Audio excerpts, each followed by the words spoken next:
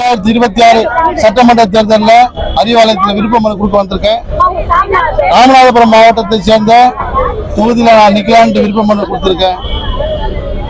முதுகுளத்தூர் தொகுதியில் ஐயா பசும்பொன் முத்துராமலிங்க தேவர் வாழ்ந்த அந்த தொகுதியில் நிக்கலான்ட்டு விருப்ப மனு கொடுத்திருக்கேன். நான் பசும்பொன் முத்துராமலிங்க தேவரின் வாழ்க்கை வரலாற்று படமான தேசிய தலைவர் படத்தில் தேவராக நடிச்சிருக்கேன். இன்னைக்கு தென் தமிழகத்தில் இருக்கக்கூடிய அனைத்து முக்குளத்தூர் மக்களும் என்னை தேவரின் மறு உருவமாக பார்க்கறதுனால நான் நிச்சயமாக தொகுதியில் இருந்தால் எனக்கு பெரிய வரவேற்பு இருக்கும்னு சொல்லி விருப்பப்பட்டு விருப்ப மனு கொடுத்துருக்கேன். இந்த தேர்தலில் இஸ்லாமிய மக்களாக எங்களுடைய முக்கிய கடமை என்னன்னா, பாரதிய ஜனதா கட்சியுடன் சேர்ந்து சிஏஏ NRC சட்டத்தை போன்ற கடுமையான சட்டங்களை எல்லாம் கொண்டு வந்து தமிழ்நாட்டில் இருக்கக்கூடிய இஸ்லாமியர்களை கொல்ல துடிக்கும் எடப்பாடி பழனிசாமி என்ற அந்த ராட்சசனை அடியோடு வீட்டுக்கு அனுப்பணும். இன்னைக்கு அரசியல் ஆதரவாக்கணும். இதுதான் எங்களுடைய முக்கிய குறிக்கோள். பிஜேபியையும் அதிமுக என்ற எடப்பாடிக்கு இருக்கக்கூடிய அந்த கட்சியையும் நிச்சயமாக நீங்கள் தமிழ்நாட்டில் நாங்கள் விட மாட்டோம். எங்கள் உயிர் உள்ளவரை ஒவ்வொரு முறையும் இஸ்லாமியர்களாகிய நாங்கள் திராவிட முன்னேற்ற கழகத்தில் தான் வாக்களிச்சுட்டு இருக்கோம். இந்த வாட்டி கூடுதலான வாக்களிப்போம், வெறிகுண்டு அளிப்போம். நாங்கள் மட்டும் இல்லாமல் அனைத்து இந்திய அண்ணா திராவிட முன்னேற்ற கழகத்தில் இருக்கக்கூடிய எம்ஜிஆரின் உண்மையான விசுவாசிகள், புரட்சி தலைவி அம்மாவுடைய உண்மையான விசுவாசிகள் அனைவரும் ஒன்றிணைந்து அன்னைக்கு அதிமுக என்ற ஒரு கட்சியை அழித்துக் கொண்டிருக்கும் எடப்பாடி பழனிசாமியை நடுத்தெருவில் நிற்க வைக்கணும், அவரை விரட்டணும் அப்படின்றதுதான் என்னுடைய கோரிக்கை.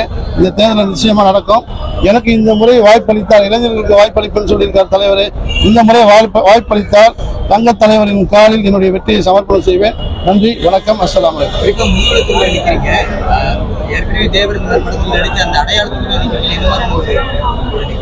முதுகுளத்தூர் இருந்த ஐயா பசும்பொன் முத்துராமலிங்க தேவர் வாழ்ந்த இடம் அவருடைய திருக்கோயில் இருக்கக்கூடிய இடம். ஏன்னா அங்கே நன்கு பரிச்சயமாக நான் இருக்கேன். ஏன்னா இஸ்லாமிய சமுதாயத்தில் இருப்பதனாலும் ஐயா பசும்பொன் முத்துராமலிங்க தேவர் ஒரு ஆயிஷா பி என்ற இஸ்லாமிய தாயிடம் பால் குடிச்சு வளர்ந்ததாலும் நான் ஒரு ரத்த சொந்தமாக பார்க்கப்படுறேன். நிச்சயமா அந்த தொகுதியில் இருந்தால் மாபெரும் வெற்றி கிடைக்கும்னு எனக்கு ஒரு நம்பிக்கை. ராமநாதபுரம் எப்பவுமே திமுகவுடைய கோட்டை தான். ஏன்னா கடந்த முறை பார்த்தீங்கன்னா ராமநாதபுரத்தில் திமுக தான் வெற்றி பெற்றிருக்கு.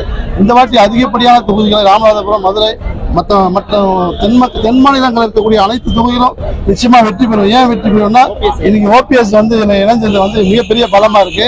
ஓபிஎஸ் இணைந்தது எங்களுக்கு முக்குளத்தூர் மக்கள் மட்டும் இல்லாமல் அதிமுகவில் இருக்கக்கூடிய புரட்சி தலைவியின் தொண்டர்கள், புரட்சி தலைவர் தொண்டர்கள் நிச்சயமா ஓபிஎஸ் பக்கம் வருவாங்க. அந்த வெற்றி எங்களுக்கு சாதகமா இருக்கும்.